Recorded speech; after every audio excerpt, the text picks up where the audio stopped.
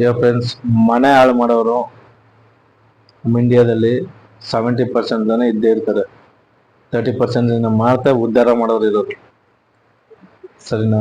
ಅದಕ್ಕೋಸ್ಕರ ಇದು ಕಲಿಯುಗ. ಇದು ಕಲಿಯುಗದಲ್ಲಿ ಬರೀ ಪಾಪಿಗಳೇ ಜಾಸ್ತಿ, ಓಕೆನಾ?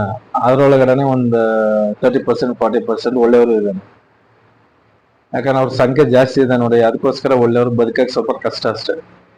ಯಾಕಂದ್ರೆ ಒಳ್ಳೆಯವರು 70% ಇದ್ರೆ ಈಸಿಯಾಗಿ ಬದುಕಬಹುದು ಅಲ್ವಾ? ಅದಕ್ಕೋಸ್ಕರ ಪ್ರತಿಯೊಬ್ಬ ಒಳ್ಳೆಯವ್ರಿಗೂ, ಪ್ರತಿಯೊಬ್ಬ ಪಾಸಿಟಿವ್ ಥಿಂಕ್ ಮಾಡೋರ್ಗು ಸ್ವಲ್ಪ ಕಷ್ಟಗಳು, ಸ್ವಲ್ಪ ಸವಾಲುಗಳು ಎದುರಾಗುತ್ತೆ. ಅದಕ್ಕೋಸ್ಕರ ಯೋಚನೆ ಮಾಡಿ, ಅದಕ್ಕೆಲ್ಲ ಹೆದರಬೇಡಿ. ಭಗವಂತ ಇದ್ದಾನೆ. ನಿಮ್ಮ ಗುರಿ ಒಳ್ಳೆಯದಾಗಿದ್ರೆ ಯಾವತ್ತೂ ದೇವ್ರ ಸಪೋರ್ಟ್ ಇದ್ದೇ ಇರುತ್ತೆ. Thank you very much.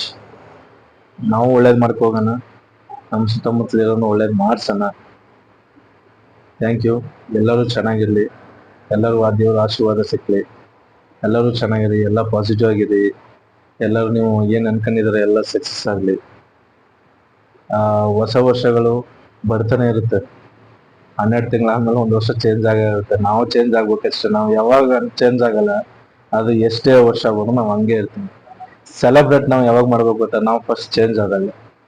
ನಾವು ಚೇಂಜ್ ಆಗಿ ನಮ್ಮ ಮನ್ಸು ಹೇಳುತ್ತೆ ನೋಡು, ನೀ ಬೆಸ್ಟ್, ಆಲ್ ದಿ ಬೆಸ್ಟ್, ನೀವು ಬೆಸ್ಟ್ ಪರ್ಸನ್ ಅಂತ ಹೇಳುತ್ತೆ, ಅವಾಗ ನಾವು ಚೇಂಜ್ ಆಗಿದ್ದೀವಿ ಅಂತ ಅರ್ಥ. 4 ಜನ ಹೇಳ್ತಾರೆ ನೋಡಿ, ಅವಾಗ ಚೇಂಜ್ ಆಗಿದ್ದೀವಿ ಅಂತ. ನಮ್ಮ ಮನ್ಸು ಹೇಳ್ಬೇಕು ಫಸ್ಟ್. 4 ಜನ ಹೇಳೋದು ಬಿಟ್ಟಾಕಿ, 4 ಜನ ದುಡ್ಡು ಕೊಟ್ರೆ ಹೇಳ್ತಾರೆ.